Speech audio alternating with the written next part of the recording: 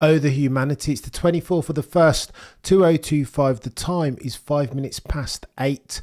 And there are very many F1 centric news threads at which we need to pull. We'll go long today. This is the Friday show during which we go back and forth and talk about all things pertinent in the weird and wacky world that is the one that F's. Will talk about Sir Lewis Hamilton and the upshots, no takeaways from his first time in a Scuderia Ferrari car with the yellow badge, atop of which is the black prancing horse. So too, we'll talk about Mark Hughes, who's penned an interesting article talking about what the drivers could do if they indeed want to get around some of these new regulations around expletives and colourful language. So too, we'll talk about Drive to Survive, a brilliant motorsport magazine article during which one Will Buxton, soon to be king commentator over at IndyCar Next, he speaks about Drive to Survive, its brilliance, and how it's so catapulted Formula One into the eyes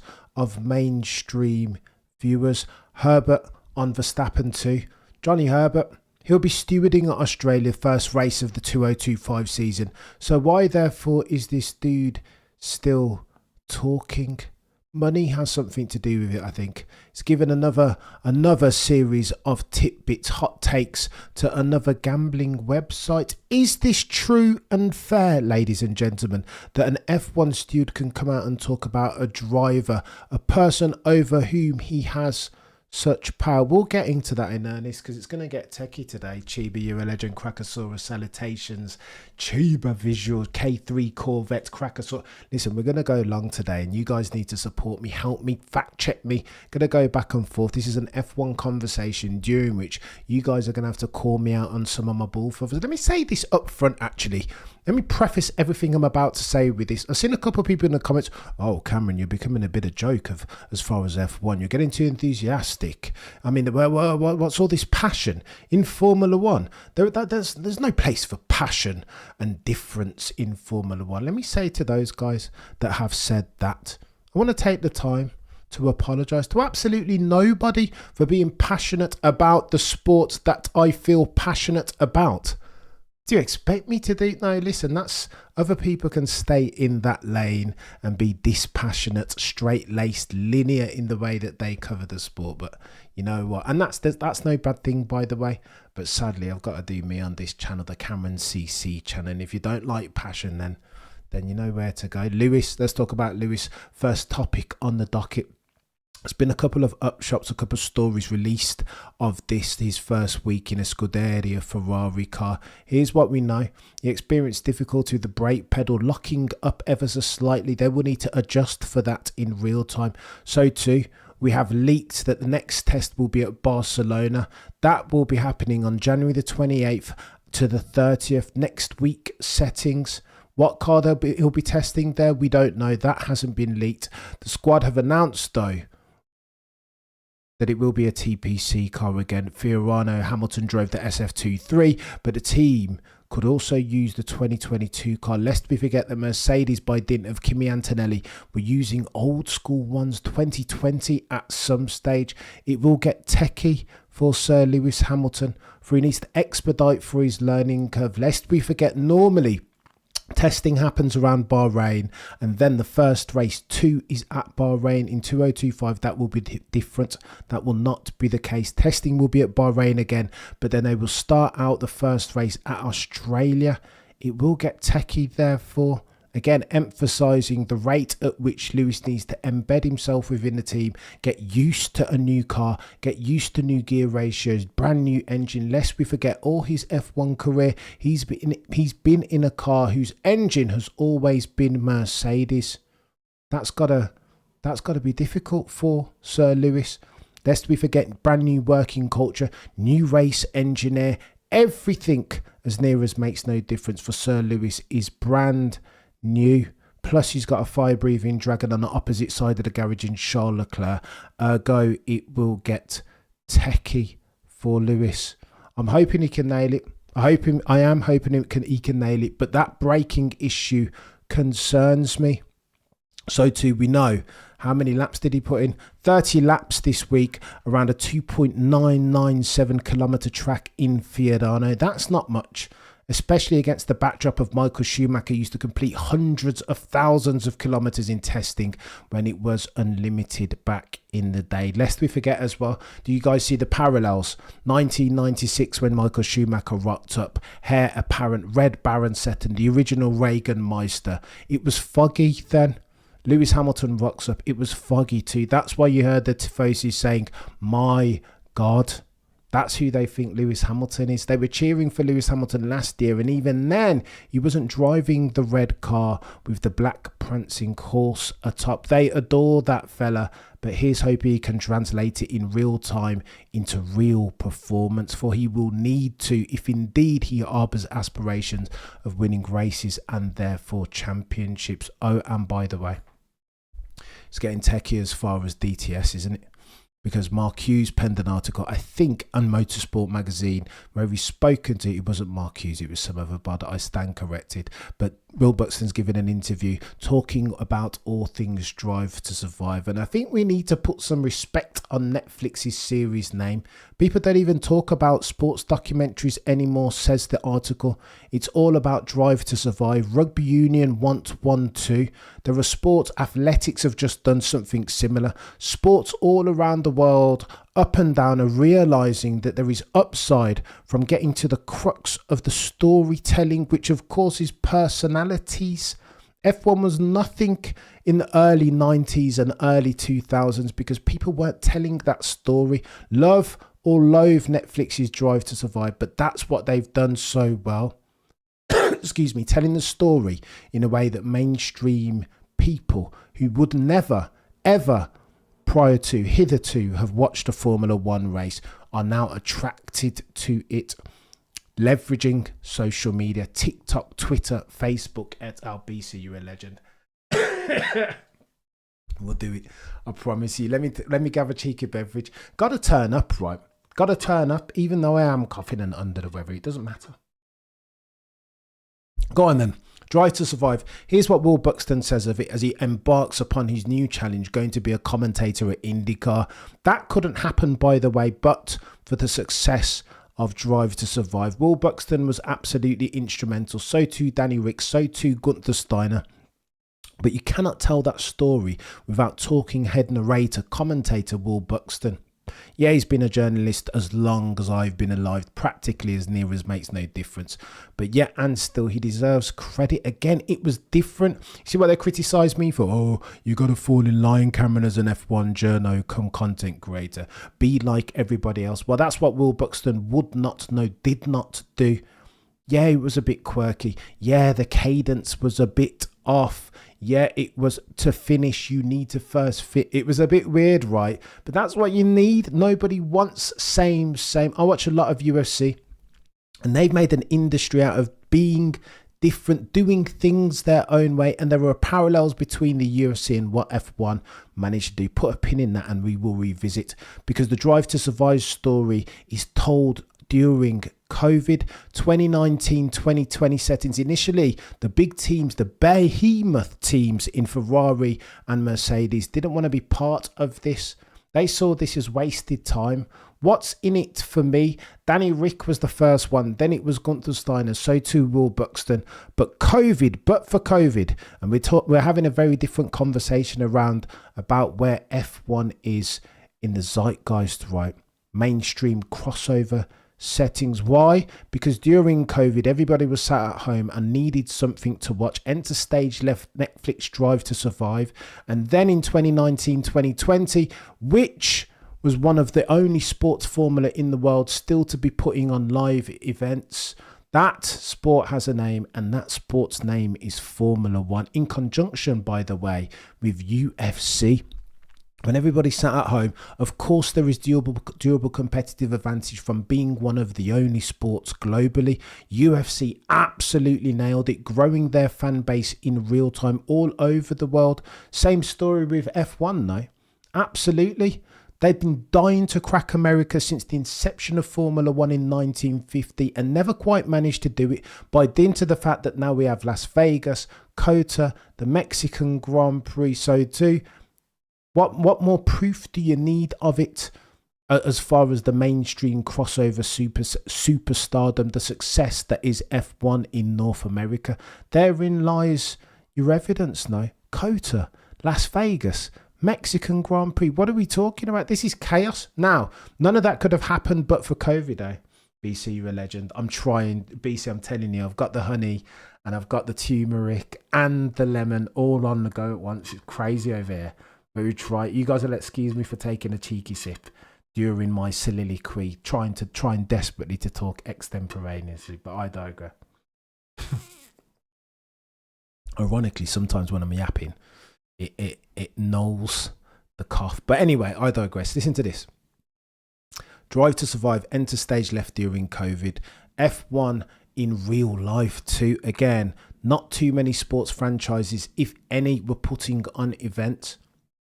One of the only international sports in conjunction with the UFC that took advantage of a time when everybody was at home looking for something to watch, for Pete's sake. That doesn't come along too often, right? An anomaly of a circumstance, if ever you've seen one. And then you get, in conjunction with the aforementioned circumstances, the gangbusters, blockbuster season that is 2021. So everybody had already been tuned into Netflix's Drive to Survive, watching the 1 and 2, the 17 races that F1 managed to put on in 2020. And then you have Max Verstappen versus Lewis Hamilton in 2021. You can't even write it, for they wouldn't believe you. A black guy from Stevenage, a Caucasian man from the Netherlands. You can't even write it. It's perfect. Oh, don't bring race into this. Mate, how can you not? It's perfect. Do you know what I mean? You don't need to wear bloody t-shirts with logos on. It was perfect. You can't even write this sort of plot. That juxtaposition. And again, by the way, two of the greatest drivers that you'll ever see in F1 history, going toe to toe, back and forth, for bloody 22 races or whatever it is. You cannot write it. It was gangbusters. And again, if that didn't serve to propel F1 to new levels, then I don't know what did. F1, again, for the avoidance of doubt, been trying to break America for the longest time, as near as makes no difference, since 1950. This, ladies and gentlemen, was the it. Excuse me. And in this article, Will Buxton's giving it the credit that it deserves. Excuse me, Drive to Survive instrumental for carrying F1 to the mainstream mountaintop. But I digress. Bear with.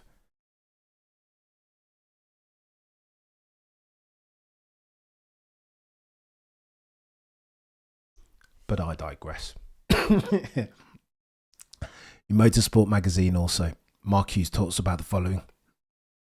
He says the drivers, if they get creative, can do something very clever around this expletive gate. We know already, we talked about it earlier this week, that the FIA are being very draconian about the way that they police expletives. GPDA begged the FIA Mohammed Ben Sulayem in turn breathe, Cameron, last season. We'll get through. Help me, chat. We'll get through this. Begged last season Mohammed Ben Sulayem and FIA to treat them like adults, the $1 million assets that they are. Here's what happened. Mohammed Ben Sulayem decided he was going to double down, tightening the rules and regulations around expletives, making the punishments therefore more draconian. Here's where we are as at the 24th of the 1st, 2025. F1 drivers will now be fined €40,000, 33,000 GBP for a first offence as far as expletives misconduct, they're calling it now. €80,000, 67.5 grand GBP, and a suspended 1 month race ban for a second offence, and €120,000 or 100 grand GBP, and an actual 1 month race ban, plus the loss of an unspecified number of championship points for a third offence. What are we doing here?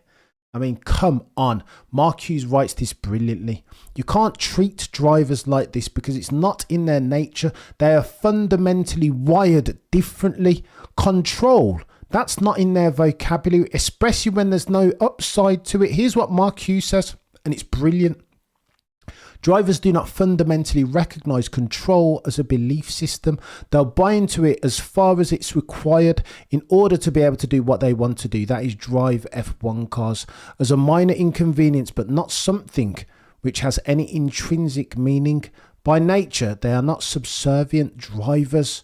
How could they be? They are F1 drivers, risk takers fundamentally, which is partly what makes them great F1 drivers. But in escalating the squabble, the president may have passed the point at which the drivers indulge the man in charge as being in charge. Far from extinguishing the problem, he might just have inflamed it, which in comedy sketch terms is a fantastic dynamic. Here's what Mark Hughes predicts that the drivers should do. They should all beg Tourette's. If they all said that they have Tourette's all of a sudden, what's the FIA going to do? How could the FIA rule against them then? If Max Verstappen wants to go out and leverage a cheeky expletive or bit of colourful language or two, then what would the FIA do? This is how nonsensical this ruling is. How do they police it really? Genuinely, if the drivers want to get really clever and leverage some medical terms, I just don't even know what's going on here. Genuinely, Macon. How many pounds fines for coughing on the radio? Mate, this is a joke. It is an absolute joke. I see what you've done there, Macon, but it is chaos. You just don't. It beggars belief as far as F1. And you know what concerns me more? We spoke about this towards the end of 2021. The fact that the stewards haven't got their regulatory arms around instituting for the rules in a way that's consistent and all set fair fills me with woe and dread. Lest we forget, in 2021, latter stages, it was close, and these refereeing decisions started to matter, didn't they? Hence why we saw so much controversy, and such a polemic is what that season became. Fast forward now, 2025, we've learnt no lessons from the mistakes of Christmas past. Imagine then we get a repeat, a blockbuster season, the likes of which we haven't seen since 2021. Imagine it's super close between, let's say, I don't know, Lando and Maximilian Verstappen all season long, and the championship is decided on a duff decision from somebody like Johnny Herbert. It's not acceptable. It's not acceptable. What have we as fans done to deserve this other than paying our £90 a month to Sky Sports F1? All the while over the Christmas period they delete the channel. The disrespect. Put some respect on the F1 community's name. What are we doing? Macon, I'm telling you, it's mad. Herbert's a controversial steward and a pundit for betting. So you know the betting site thing, Twan. Something they need to look into.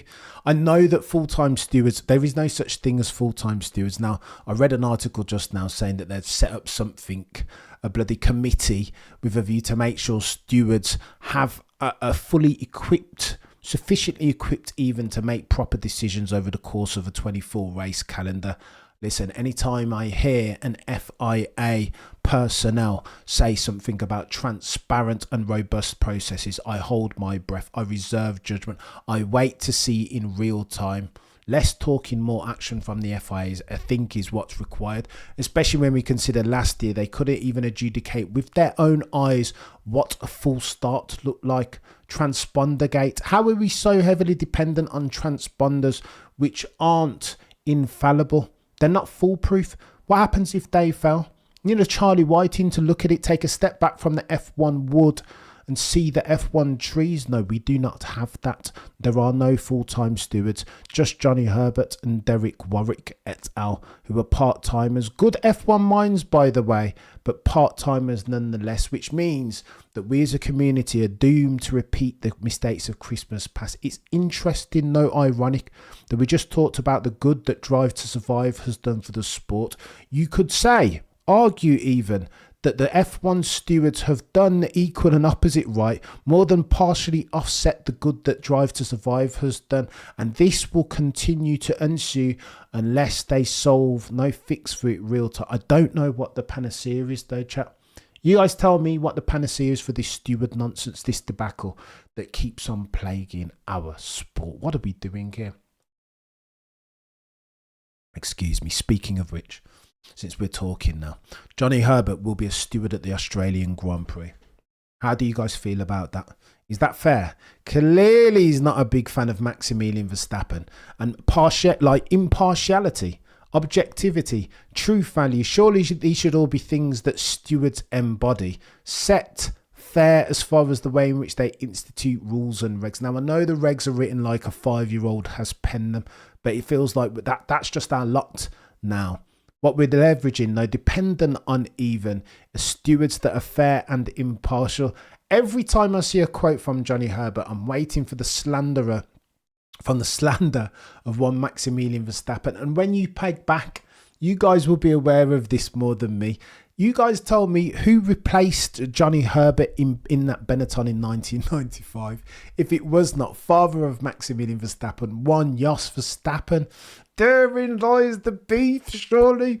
That's why every single time one Johnny Herbert, steward of the FIA, every time he opens up his mouth, he's got something to say about Maximilian Verstappen, potentially, allegedly. It would make sense. Or maybe correlation does not imply causation. I don't know. Here's what he said. We'll dissect it. I'll read it and then we'll react to it in real time, because it's always Johnny Herbert. And should he even be able to talk like this, chap, as a steward? Surely these conversations, these tidbits and hot takes should be mutually exclusive from being a impartial steward. No, or maybe it's just me overthinking. Here's what he said. And again, this is a long soliloquy given to Casino Utan something or other. How is he giving these hot takes? Well, he's getting paid for them. That's how he's. Here's what he said, and I quote: "The positive thing for Red Bull is how they finished this season. They finished quite strongly, honestly," says Johnny Herbert, "and they were a force to be reckoned with. But as we saw, Lando Norris was still able to beat Verstappen. How? How was he? What, in Abu Dhabi as an example? What?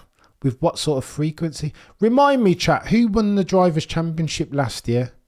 Because the way that this dude is talking, his verbiage would have you believe, were you not watching, that Lando Norris beat Maximilian Verstappen in the championship. What happened in Brazil? Am I missing something? Maybe it's me being nodding. Johnny Herbert has it right. I don't know, Visual. Verstappen didn't replace Herbert. It was the other way around. Verstappen tested against Derek Weiss. You know, I checked it just now, Visual. Double check that for me, Visual. Maybe you've called me out on my bull feathers, but I checked it just now on the Wikipedias, and I think Max Verstappen's old man Jos replaced Johnny Herbert in 95. I feel like he was there last in 1994. But double check me, Visual, whilst we're rapping and talking extemporaneously. Herbert then referred to statements from people within Red Bull who claimed that the problem had been found. However, the steward himself was not convinced by the statements from the Red Bull team, having heard the same from Mercedes before. The Briton continued, and I quote, "Red Bull still has a good base. I just don't know if they're as strong as McLaren, Mercedes and Ferrari, who now have Lewis Hamilton." I think there was a little twist coming in. Who is going to be the best? I just don't know what he's... Honestly, can't take this chap seriously anymore. Like, what was he on about? Can you take Johnny Herbert at face value? Herbert was after. I think he won Silverstone at 95. Visual. I'm going to check it, chap. You've got me second guessing myself. I checked it just now, but I can't be out here espousing non-fact, especially as we want to be. So he was in 94 and 95. To be fair, it's a good shout, Visual. Right, forget it.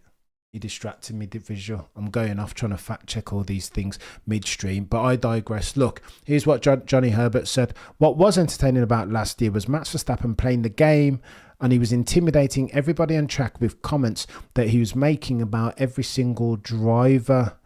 True, kind of. But they all started to rebel. They all started to push back. They all started to stand up to it. And George Russell was one of those that stood up to him. Yeah, but where was George Russell, Johnny Herbert? What does that amount to? Look, I said this about King George Russell of King's Lynn, Norfolk a gazillion times, right? All that talk is brilliant. Like, it's blockbuster. We'll tune in. When George Russell talks about Max told me he was going to put me on my head and send me into the wall. It's blockbuster, just like Drive to Survive, F1 bubblegum per se. But what's next? King George Russell of King's Lynn, Norfolk. He will look like a fool if he doesn't follow up on that with action. Talk in a vacuum serves no one right, and this is my concern for George. Maybe he doesn't have the car again. Maybe he gets spanked by Andrea Kimi Antonelli this season. Who knows? The reason why Max's talk is worth something, the paper upon which it is written, is because he then goes up and backs it up with a drive like Brazil as an example. That's why these are different. You're not comparing apples and apples here, Johnny Herbert. He continues, I quote, I think that's what's needed for the sport. Someone will stand up to another driver because of the moments that he might have about what happened on the track. That's what they should do. They should have respect for each other, and sometimes they show that respect when you stand up and say, no, that's not the right thing, as Russell did to the press. Fair beans. But I mean, let's talk more action. I think that's a good strength, very, very good strength to have.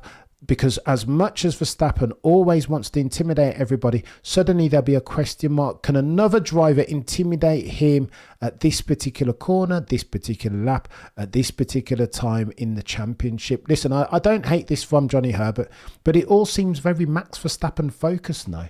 Am I missing something? Is this not bias manifest from the steward of the FIA, set to steward the very first race of the season? And plus, here's why this is techie. The context is this.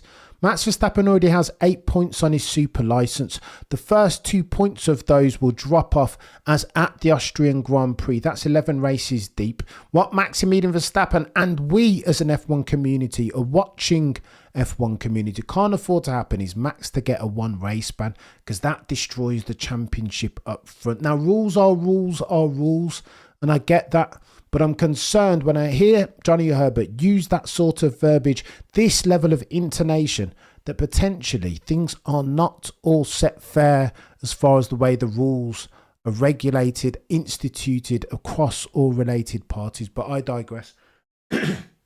Vision, in some ways, Herbert is right, but he's a clown. Do you think so, Vision? Go on then, Troy. Less sofa surfers, footballification of the sport with instant gratification without knowing the timeline of F1 progression in terms of experience. I'm getting sick of vitriol without Troy, it's a fine line. We'll talk about this. It's a very fine line, I'm telling you.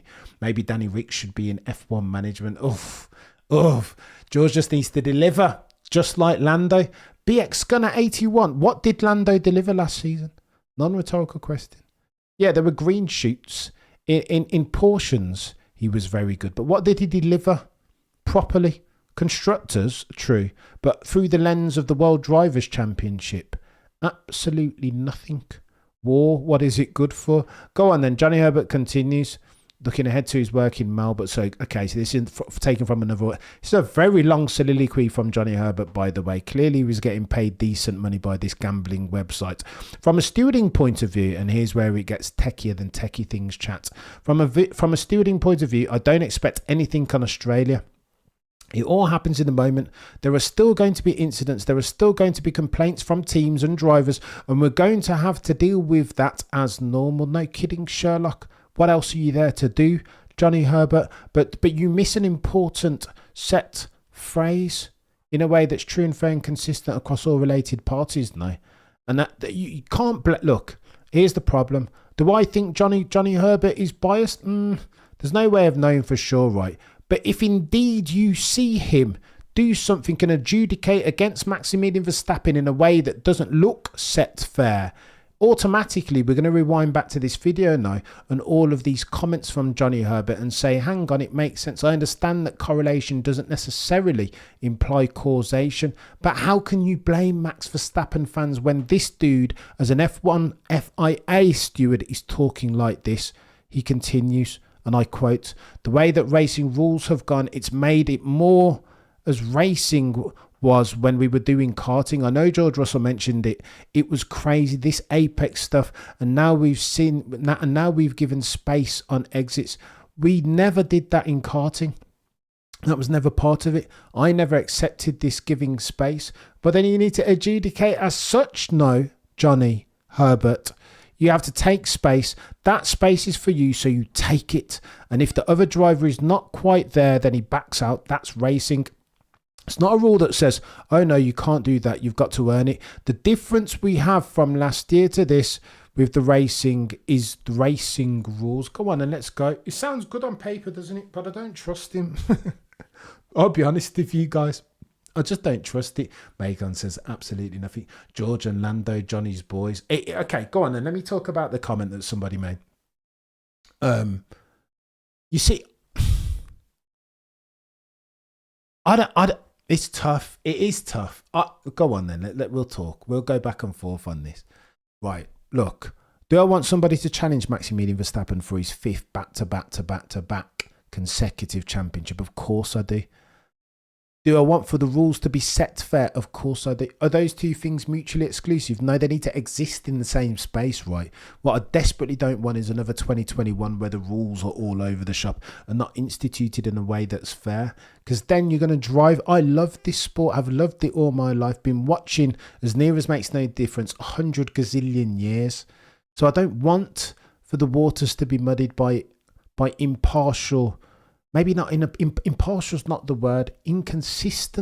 Consistently inconsistent stewarding. It's not fair. Logan delivered a more than McLaren strategy. Oh, next topic, Benzi. No, we're talking now. We'll go another 10 minutes and we'll go back and forth.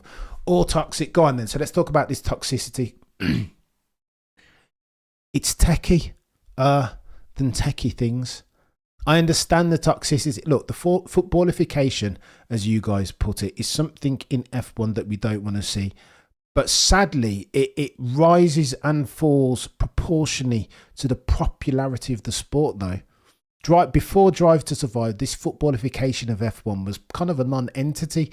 But the bigger that a sport grows, the more mainstream, the more embedded it becomes in the zeitgeist, the more that you can't separate it away from footballification, and sadly the toxicity that comes along with.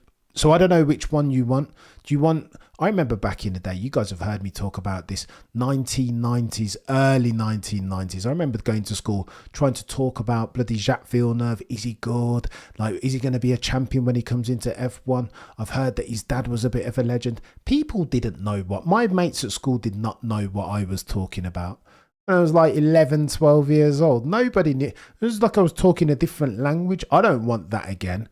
I want to be able to come onto YouTube and have a conversation with you guys. Now, if that comes with toxicity sometimes, if that means that some people are going to be up in my comments saying, oh, Cameron, you're not a Lewis Hamilton fan. If that's what they want to say, and if that's what it comes with, I would rather it be that. That's a small tax to be paid for me, in my humble opinion. If you want to solve for the footballification, I don't think you can. I don't think there's a panacea, sadly. The more that a sport becomes popular, literally the relationship is linear, like directly proportional, right? The more popular that a sport becomes, the more that the toxic, the unwanted toxic entrants become part of the fabric, right? You can't slice the two.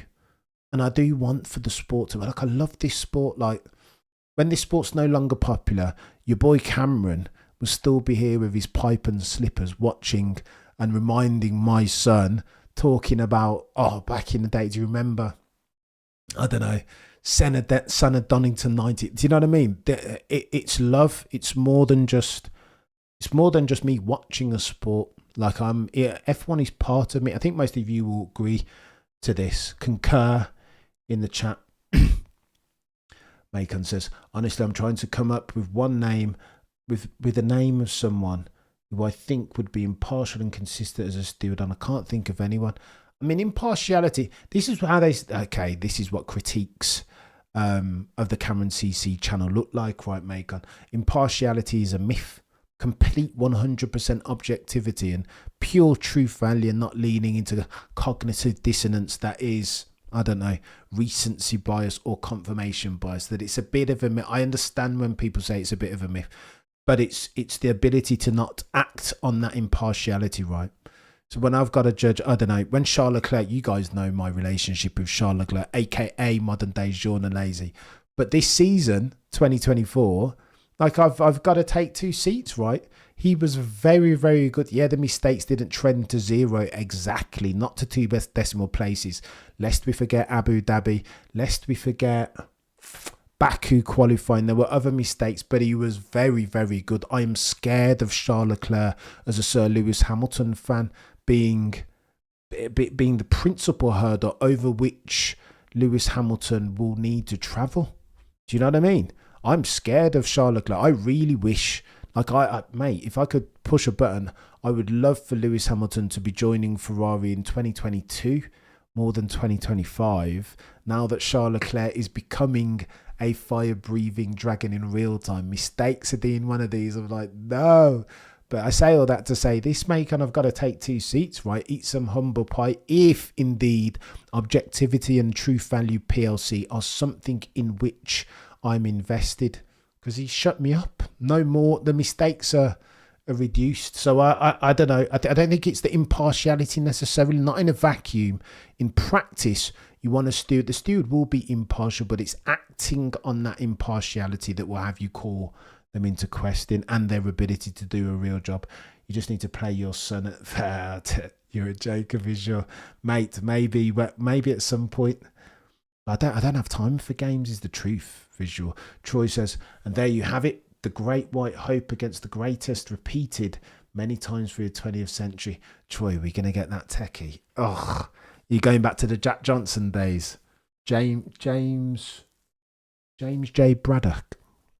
My boxing memory is daft. But no, it's genuinely.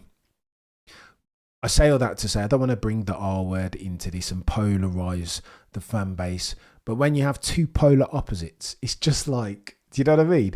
Light the blue touch paper. It's something for everybody. There are stories and plotlines, two polar opposites, but two of the best F1 drivers that you'll ever see in your life. You cannot write it. They would call you an unreliable narrator if indeed you penned it in a book of fiction.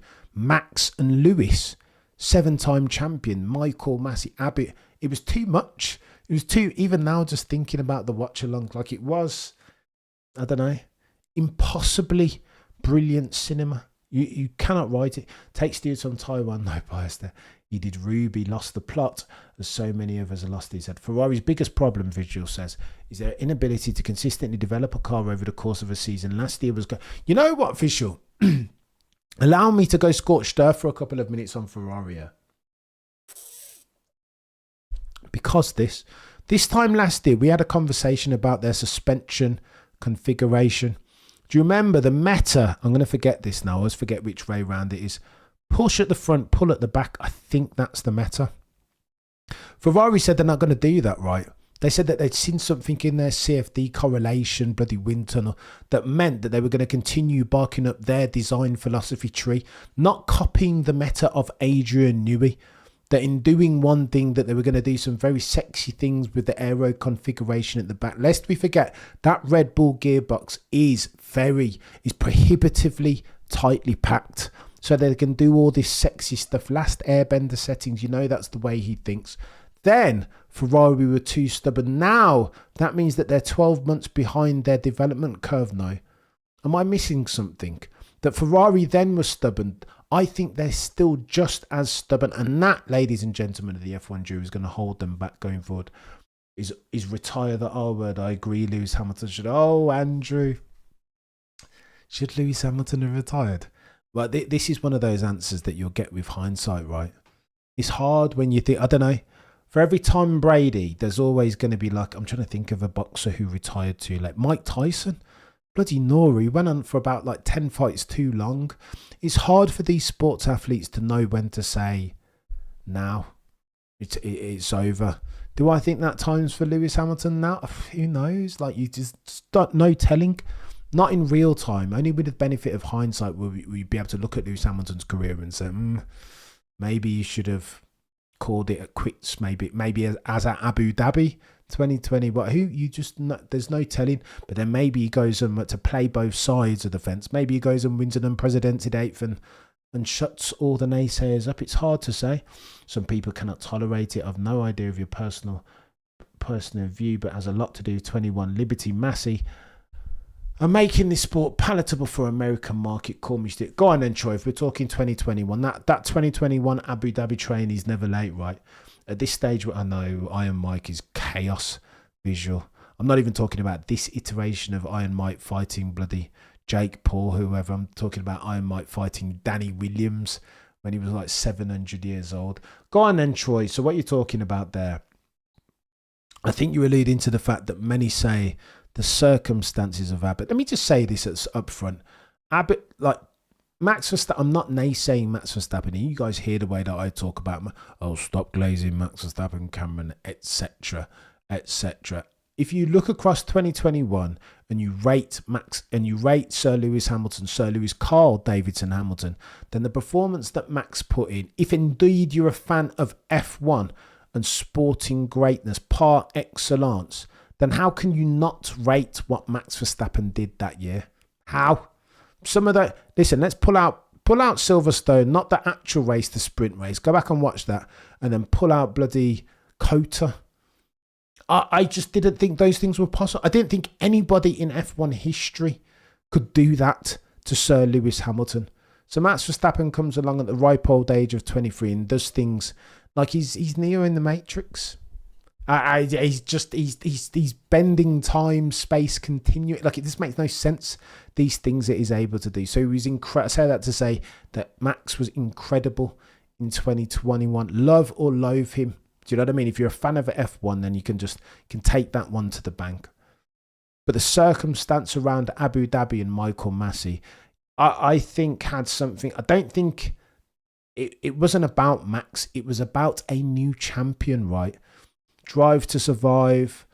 American sports don't do draws. It was Christian Horner said a gazillion times, right? They were never going to allow that race to end in the safety car. One of the greatest seasons that you've ever seen ended in the safety car.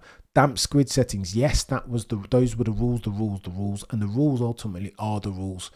But again, sometimes you got to be a bit streetwise, right?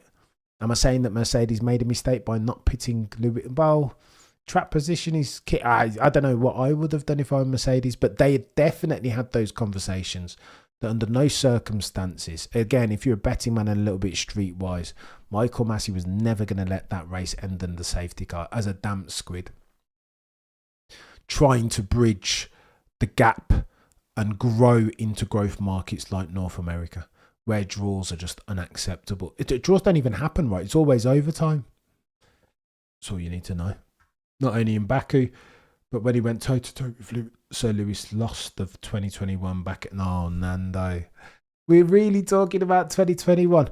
I would, you know what, Nando? I know you're jousting me and bantering me, but I don't think you're a million miles off.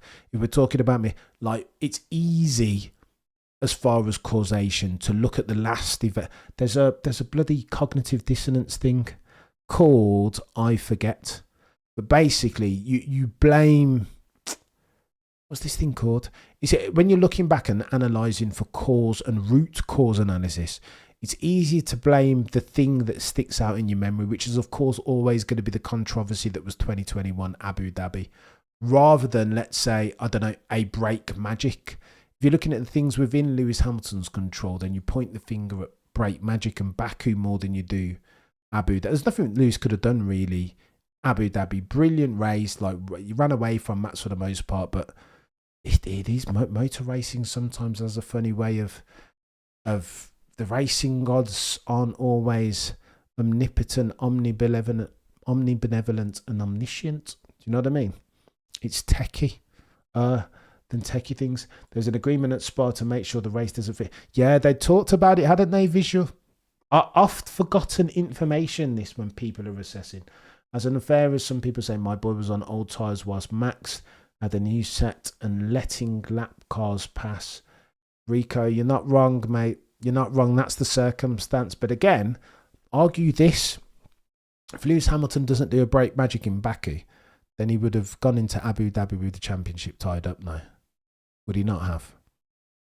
Just a thought. Just a thought. Anyway, chat, I'm going to run. You guys have been legends. I apologise for this cough. I wanted to get through the news because I thought some of those, the DTS thing was good. Mark Hughes and the way that he's talking about the drivers could claim Tourette's. Oh, to get around the new rules and regs around expletives, FIA misconduct, and so too Johnny Herbert talking bad stuff against Max Verstappen. As per usual, he won't become even more aggressive. He's a bully. What are we talking about, Johnny Herbert? Bloody Nora. This looks like nothing if not sour grapes, but I digress. Listen, you guys have been legends. I'm going to run and go and try and fix my voice for tomorrow morning. We'll be back 10 a.m. British Standard Time tomorrow. You guys have been legends as always. Between now and next time, the prosecution rests. No further questions, Your Honour.